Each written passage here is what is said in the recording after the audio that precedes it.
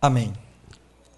Ageu, no capítulo 1, diz: no segundo ano do rei Dario, no 6º mês, no primeiro dia do mês, veio a palavra do Senhor por intermédio do profeta Ageu a Zorobabel, filho de Salatiel, governador de Judá, e a Josué, filho de Josadaque, o sumo sacerdote, dizendo: assim fala o Senhor dos exércitos. Este povo diz: não veio ainda o tempo em que a casa do Senhor deva ser edificada.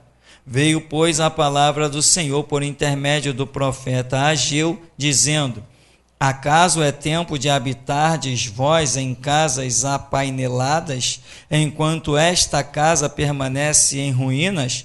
Ora, pois, assim diz o Senhor dos exércitos: considerai o vosso passado.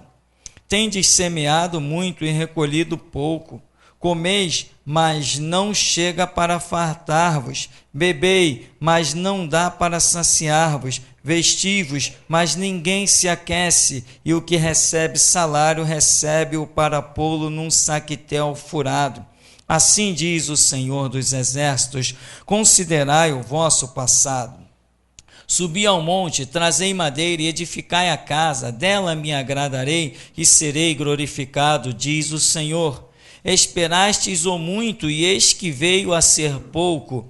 E esse pouco, quando o trouxestes para casa, eu com um assopro o dissipei. Por quê?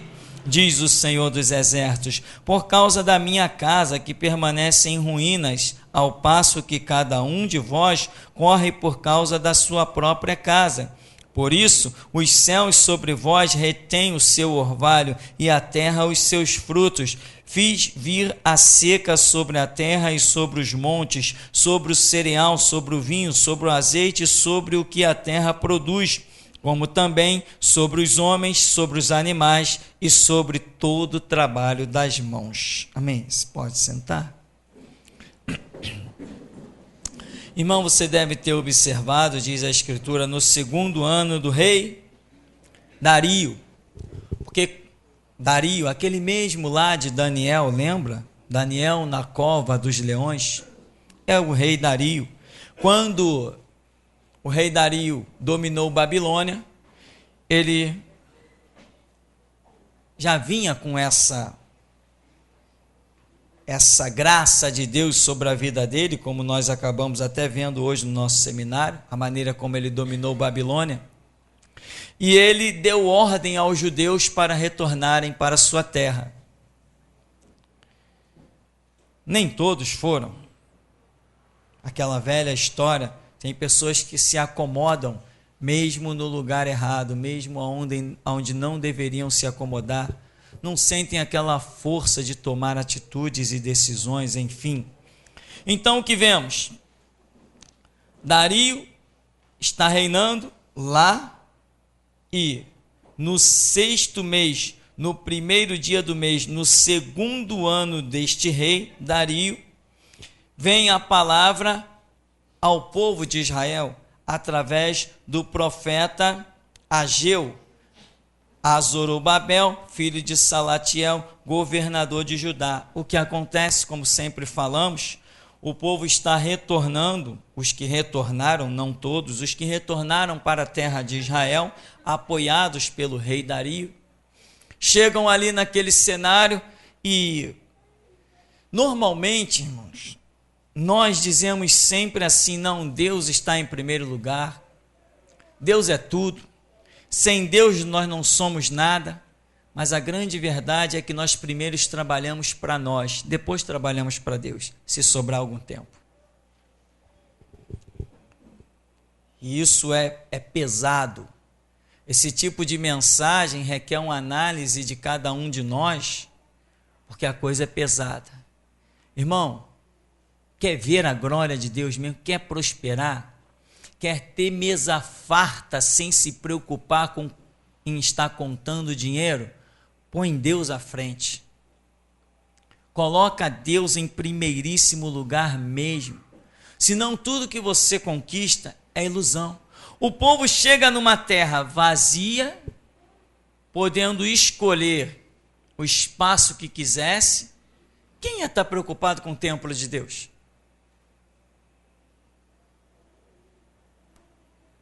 Mas era a nação sacerdotal.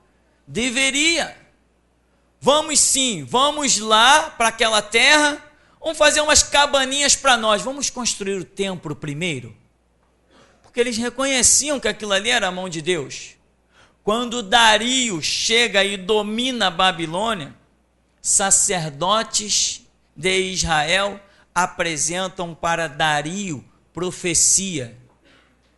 O nome de Dario está na Escritura, em profecias, dizendo que ele dominaria Babilônia e libertaria o povo judeu. Quando Dario domina, o povo judeu vai lá, saca da profecia e mostra para ele, está aqui o teu nome, está aqui escrito, ó, que você viria, dominaria a Babilônia e nos libertaria. Ele falou, vocês estão libertos, vai. O povo de Israel está vendo como Deus age de uma maneira tremenda, de uma maneira gloriosa. Depois de tudo isso, fomos libertos, vamos para a nossa terra. Quando chegar lá, qual a primeira coisa que nós vamos fazer? No mínimo, temos que erguer um altar a esse Deus e comemorar. Não, cada um se preocupou com a sua própria construção, com a sua própria casa, em marcar o seu próprio território, em construir o abrigo para a sua própria família. Irmão, cuida das coisas de Deus, porque Deus cuidará da tua família.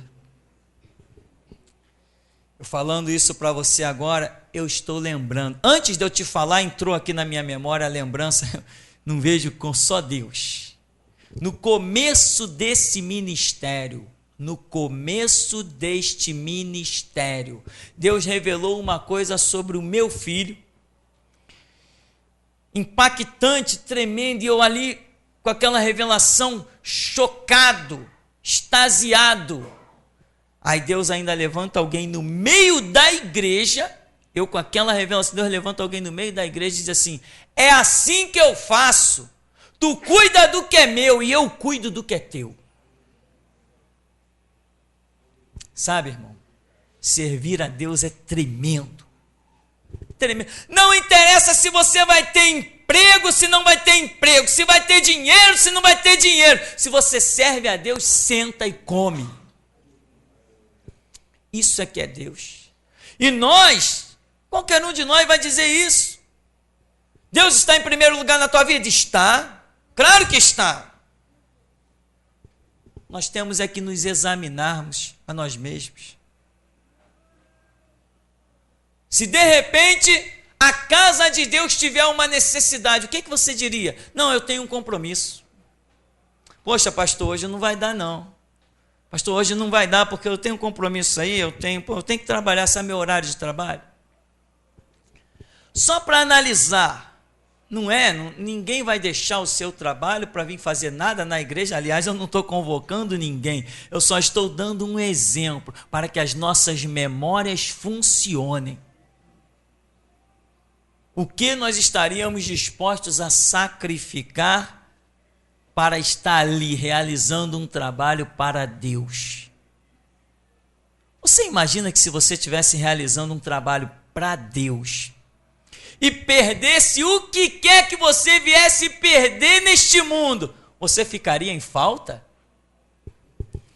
O Deus que nós servimos, meu irmão, é além do que pedimos ou pensamos, ele é tremendo demais. Só que muitas vezes nós dizemos assim, eu sirvo a um Deus vivo, mas não consideramos ele tão vivo assim. E eu já tive momentos de prova na minha vida, em que eu disse assim, se Deus não for vivo agora, eu me arrebento, mas vamos fazer a prova. E eu estou de pé. Até aqui nos tem ajudado o Senhor. Irmão, quer ver a glória de Deus? Arrisca tudo que você tem. Arrisca a tua vida. Uma vez eu recebi uma notícia, outra coisa que entrou agora na minha memória. Uma vez eu estava para começar o culto, eu recebi uma notícia terrível.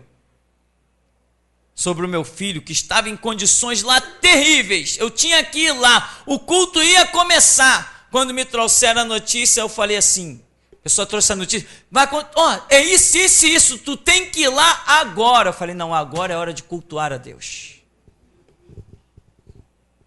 Mas não é possível, que isso? Que pai é você?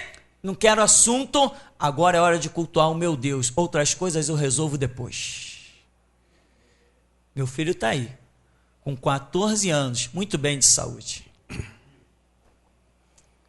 Nunca vi desamparado o justo, nem a sua descendência mendigar o pão. Você tem que realmente, irmão, priorizar Deus. O povo aqui, o que o povo fez? Voltou do cativeiro, não tem casa, não tem pedaço de terra, não tem nada. O que vai fazer? Opa, eu vou me resguardar. Vamos construir as nossas casas. Aí daqui a pouco vem o profeta e diz assim, é tempo de vocês construir a casa de vocês. E a minha fica assim? Eu vou dizer uma coisinha para vocês. Olha para todo o passado de vocês, olha para trás. Vê o quanto vocês semearam. Vê os anos nas costas de vocês. Olha as rugas nos olhos de vocês. Olha o quanto vocês semearam, o quanto vocês plantaram. Olha tudo que vocês fizeram. Agora dá uma olhadinha no que vocês colheram. Vê se condiz com tudo aquilo que vocês semearam. Sabe por quê? Do que vocês semeiam, do que vocês colhem, do que vocês plantam, eu estou assoprando tudo. Olha bem do que vocês têm vivido. Vê se é condizente o que vocês têm com tudo aquilo que vocês já fizeram. Sabe por quê? Porque cada um de vocês corre para cuidar da sua própria vida, mas a minha casa está aí, uma vergonha abandonada. Ou seja, olha para trás, aqui o profeta usa a expressão 2 vezes, considerai o vosso passado. Ele diz, considerai o vosso passado. Essa expressão entra aqui 2 vezes. Considera o passado de vocês. Olha o quanto vocês já semearam. Não era para vocês terem muito mais? Não era para vocês estarem bem fartos? Não era para vocês estarem felizes, vivendo regaladamente? No entanto, olha a situação de vocês.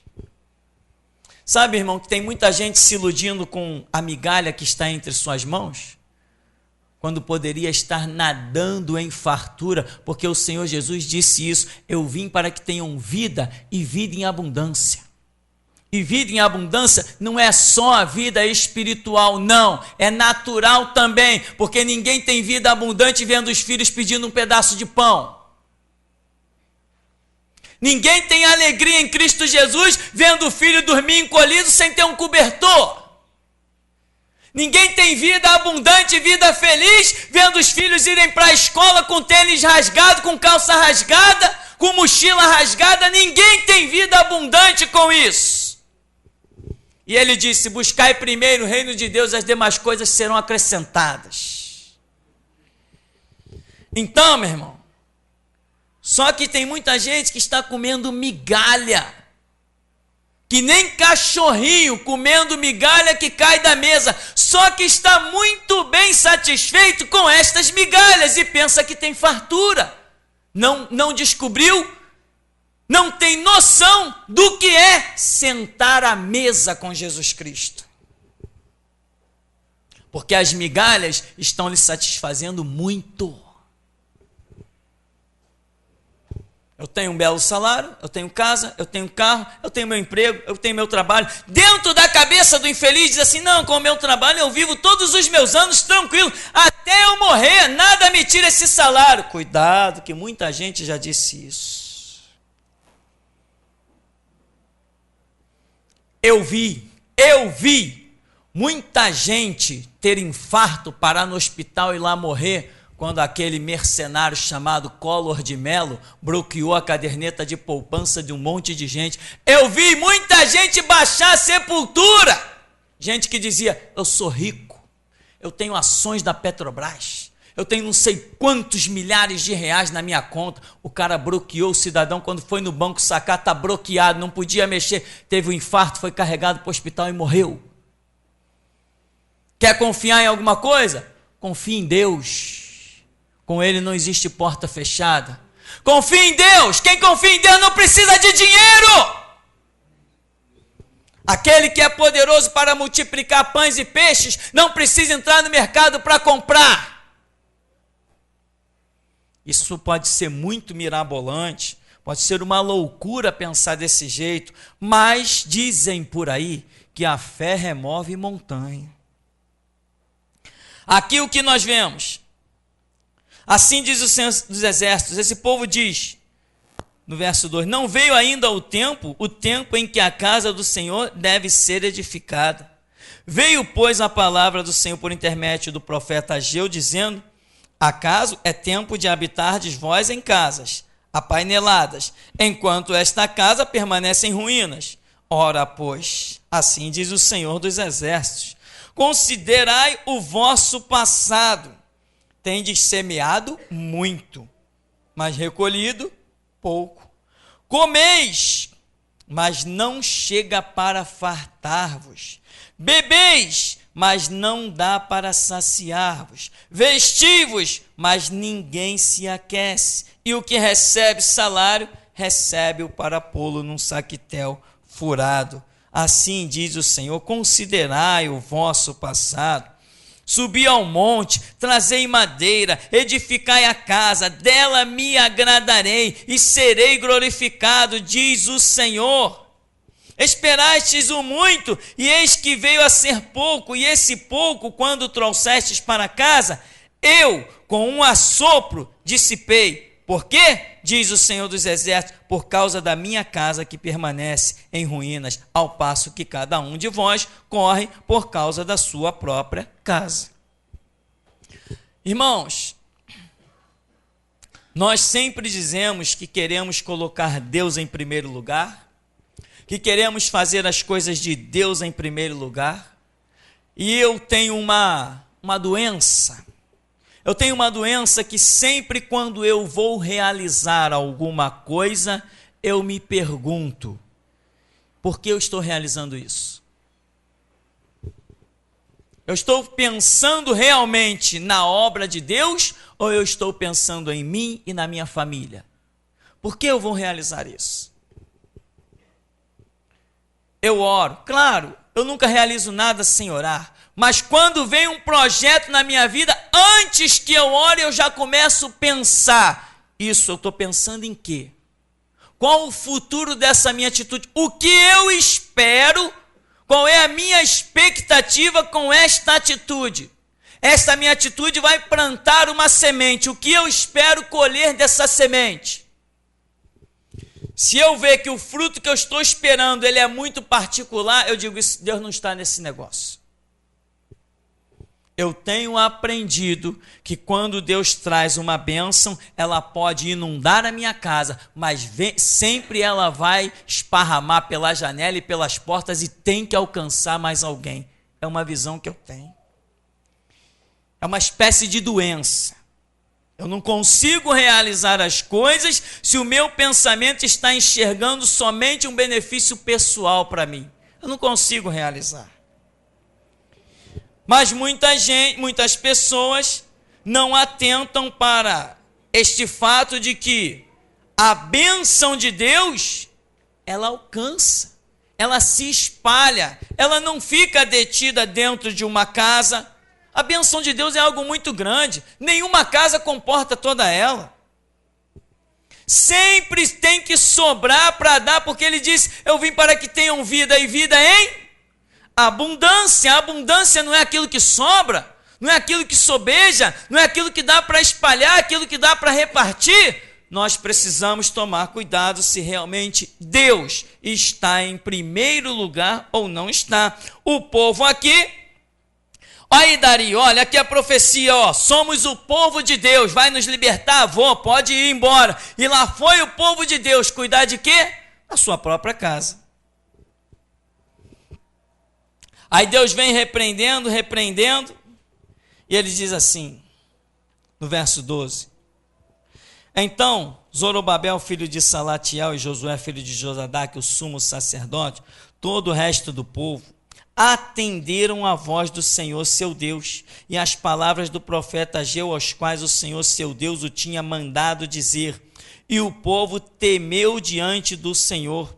Então Ageu, enviado do Senhor, falou ao povo segundo a mensagem do Senhor, dizendo: Eu sou convosco, diz o Senhor.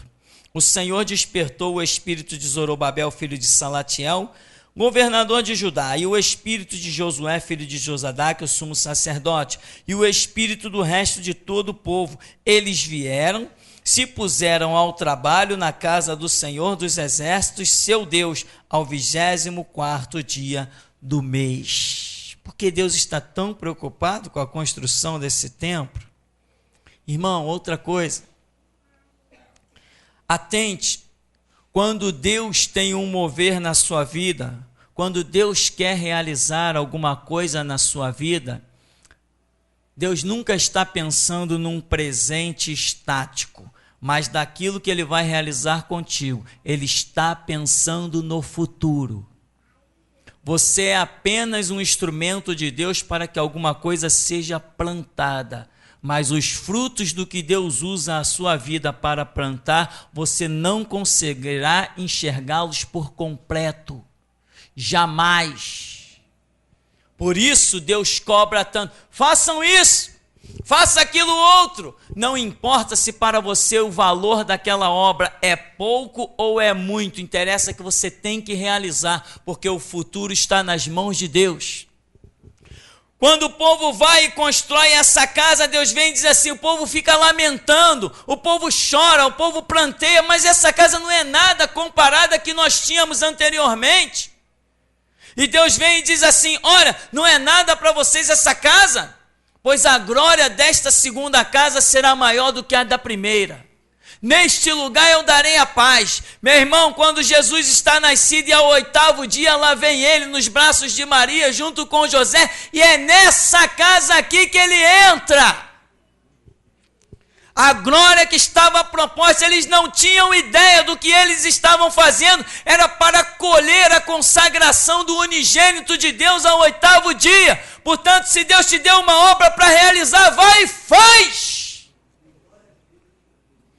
Porque o futuro você não sabe, não te foi dado esse atributo de conhecer o futuro. Você não conhece o futuro das tuas obras, senão você saberia que galardão te espera no céu.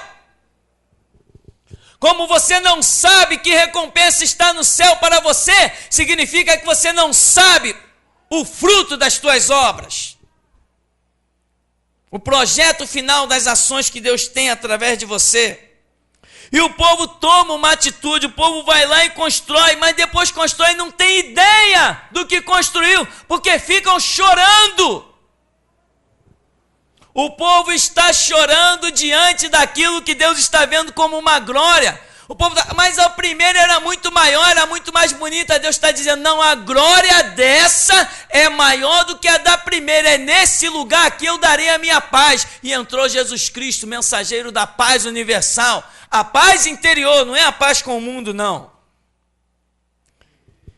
Então, irmão, nós temos que vigiar. Uma coisa me chama a atenção, nos tempos modernos, né, um tempo difícil, nós vivemos num mundo que é uma verdadeira selva de pedra. É gente matando gente por causa de posições e dinheiro. Está aí, ó, chefes da polícia matando juíza, mandando assassinar. E é esse sistema serão os nossos carrascos daqui a poucas décadas. Esses ímpios profanos que usam armas, são eles que vão nos colocar a coroa do martírio na cabeça. Esse sistema podre que está aí. Sistema que nem cheirar mais não tem cheiro para cheirar um negócio desse. O mundo é isso. E muitas vezes nós achamos que vamos nos resguardar com as coisas do mundo. Se eu tiver um bom emprego, eu estou bem. Não, irmão. Tente banir isso da sua cabeça. Você nunca estará bem por ter um bom emprego. empresas falem, acidentes acontecem. Tanta gente rica pega o seu jatinho e some no meio do oceano. Você nunca estará bem porque está cheio de alguma coisa que o mundo criou, dinheiro. As tribos indígenas estão vivendo lá, caçando, pescando e não sabem nem o que é R$1 nem $1. Tente entender que muitas coisas que estão no mundo, por mais que pareçam necessárias, elas podem ser, quando comparadas às coisas espirituais, apenas uma ilusão. Você não está bem porque tem uma formação acadêmica, eu tenho estudo 5 faculdades, não é isso que te faz bem. Você não está bem porque tem dinheiro lá no banco, na caderneta de poupança, você tem sei lá quantos R$1.000, não é isso que te faz bem. E muita gente, mesmo crente, ainda não entendeu isso. Esqueça o dinheiro que você tem guardado, esqueça os seus recursos, esqueça a sua empresa, a sua mega empresa, a sua microempresa, esqueça, não ponha a tua confiança nisso, porque um terremoto vai te deixar nu. Mas a vida de quem anda com Deus jamais será abalada. Cuidado, tem muitos pais com muito zelo pela vida dos filhos. Vou encaminhar o meu filho por aqui porque ele vai estar seguro nas coisas do mundo. Encaminhe o seu filho em direção a um púlpito, que aí ele vai estar seguro. Tem muita gente preocupada em dar muita formação aos filhos e acreditando que os filhos vão estar bem por isso. Não, meu irmão, não existe nada mais importante do que o conhecimento bíblico. Quem conhece Deus, quem anda com a Bíblia, esse está muito seguro. Deus não escolhe para servi-lo quem conhece matemática, química ou física. A Escritura diz, porque tu, sacerdote, rejeitaste o conhecimento, também eu te rejeitarei para que não reines mais diante de mim. E o que eu vejo aqui é um povo preocupado com a sua própria construção. Lá está o templo em ruína, mas eles chegam e dizem assim, não, nós vamos construir a nossa casa.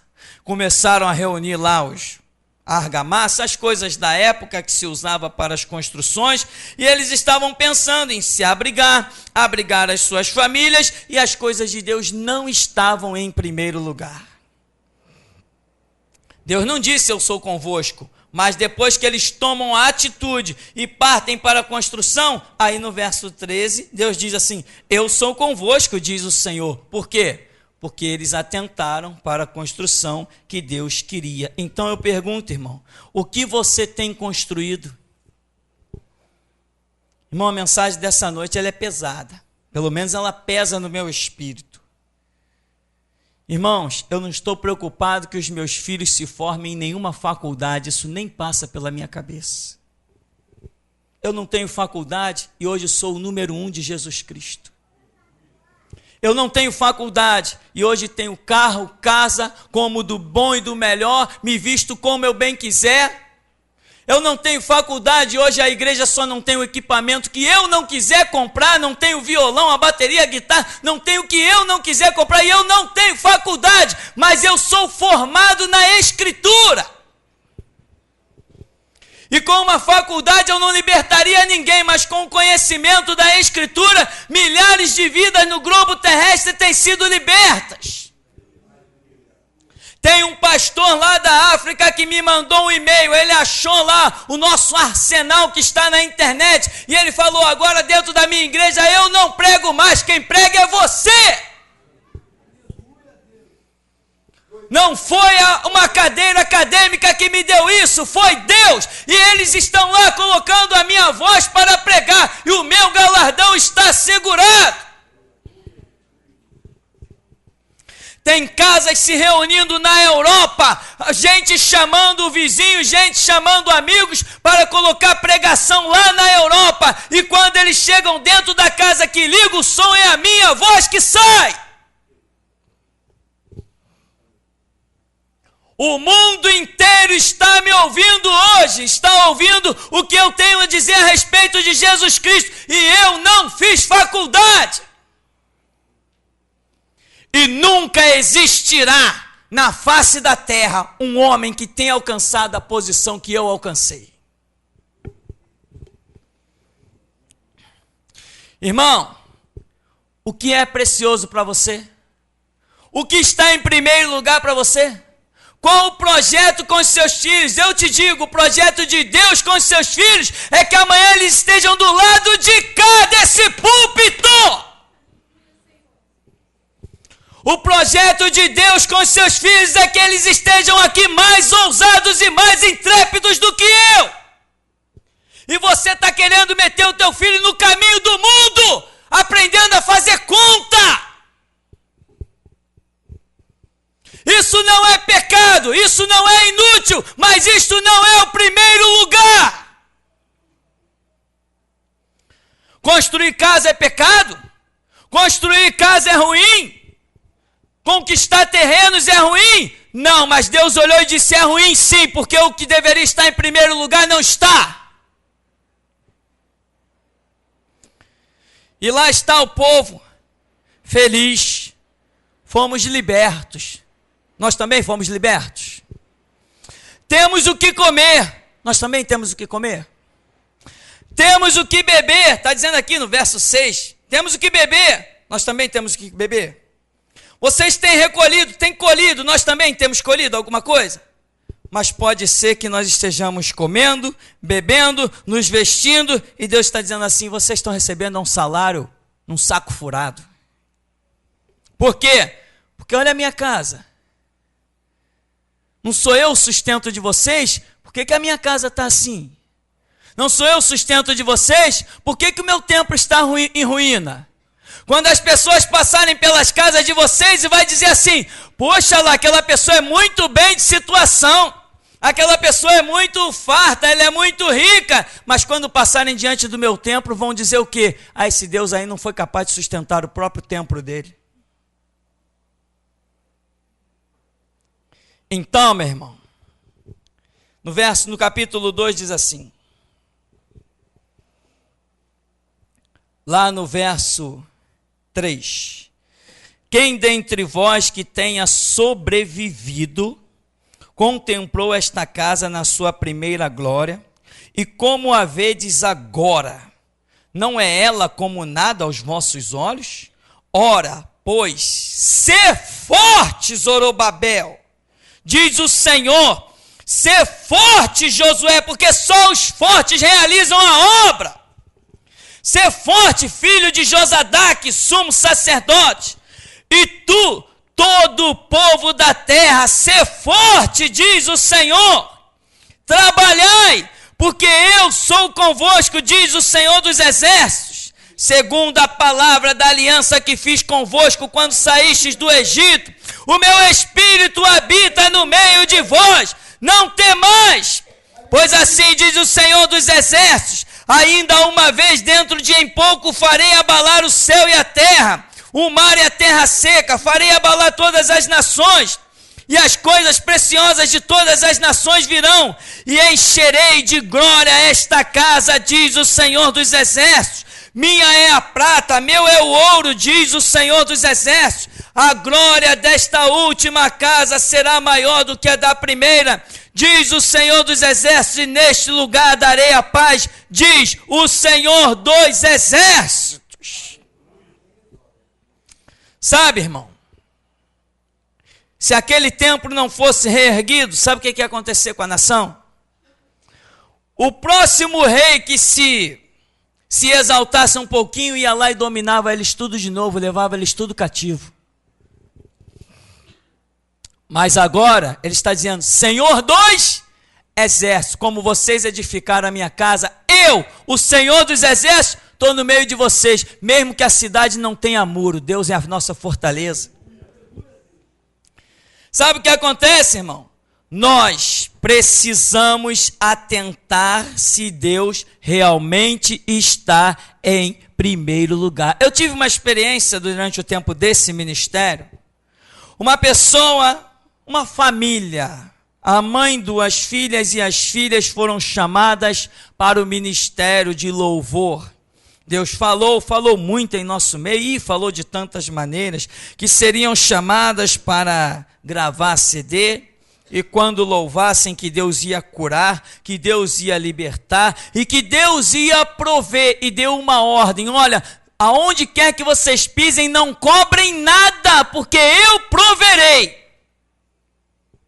Um mês depois eu estava conversando com a mãe dessas meninas, e ela disse assim: puxa, irmão, as meninas estão sendo chamadas para louvar em vários lugares, tem várias propostas, e eu estou em dúvida de quanto que a gente vai cobrar. Eu falei assim: ué, mas Deus não falou que não era para cobrar nada, que Ele proveria? Irmão, mas a gente tem despesa. E Deus não é poderoso não para suprir as nossas despesas? Você vê como as pessoas mudam? Você vê como as coisas mudam? Hoje, se você quiser o endereço, eu te dou. As duas não cantam mais nem no banheiro. Quando Deus dá uma ordem, quando Deus dá uma palavra, é para ser cumprida, e os frutos vão aparecer. Olha, até hoje se fala em Martinho Lutero, até hoje se fala em Apóstolo Paulo, até hoje se fala em Pedro, Tiago, João, Estevão, Bartolomeu, Alfeu, até hoje se fala em Estevão, até hoje se fala nesses homens. Sabe por quê? Porque o que eles plantaram lá estão gerando vida, estão frutificando até o dia de hoje. Então, meu irmão, Deus está em primeiro lugar na sua vida? Eu creio que esteja. Está em primeiro lugar na minha vida? Eu creio que esteja. Mas que a mensagem de hoje nos ajude e nos sustente, para que Ele sempre esteja realmente. Porque se nós fraquejarmos, o inimigo vai simplesmente bater palma e nos apontar uma estrada diferente. O alerta que Deus tem dado, tem muita gente que pensa que Deus está em primeiro lugar na sua vida só porque entrega um dízimo, como se Deus precisasse de dinheiro para realizar as suas obras. Esquece, meu irmão, esses conceitos de mundo. Esquece esses conceitos de mundo. Procura saber se realmente a maneira que você tem se conduzido, as obras que você tem intentado realizar na sua vida ou naqueles que te são submissos, procure entender se realmente o projeto é Deus ser glorificado. O tempo é muito curto e nós temos falado que a próxima geração que vem aí vai encarar o arrebatamento, vai encarar o reinado do anticristo. E tem tanta gente ainda preocupada com as coisas do mundo.